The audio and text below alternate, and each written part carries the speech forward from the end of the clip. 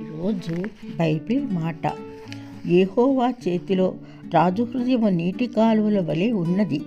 ఆయన తన చిత్తవృత్తి చొప్పున దాని త్రిప్పును. ఒకడు తను ఏర్పరచుకుని నా మార్గము ఎట్టిదైనను తన దృష్టికది న్యాయముగానే అగుపడును. యెహోవాయే హృదయములను పరిశీలించేవాడు. నీతి న్యాయములను అనుసరించి నడుచుకుంటా బలులు అర్పించుట కంటే యెహోవాకు ఇష్టము. అహంకార దృష్టియు గర్వహృదయమును భక్తిహీనుల క్షేమమును పాపయుక్తములు. శ్రద్ధగల వారి యోచనలు లాభకరములు.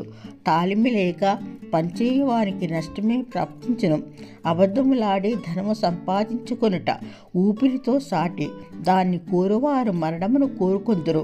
భక్తిహీనులు న్యాయము చేయనొల్లరు. వారు చేయు బలాత్కారము వారిని కొట్టుకొని పోవును. దోషభరితుని మార్గము మిక్కిలి వంకర మార్గము. పవిత్రుల కార్యము యథార్థము. గయ్యాళితో పెద్ద ఇంట ఉండుట కంటే మిద్దె మీద ఒక మూలన నివసించుట మేలు. భక్తిహీనుని మనసు కీడు చేయగోరును. వాడు తన పొరుగువానికైనను దయతల్చడు. అపహాసకుడు దండింపబడుట చూచి జ్ఞానం లేని వాడు జ్ఞానము పొందును. ఆమేన్. సామెతలు 21వ అధ్యాయము కొన్ని వచనములు.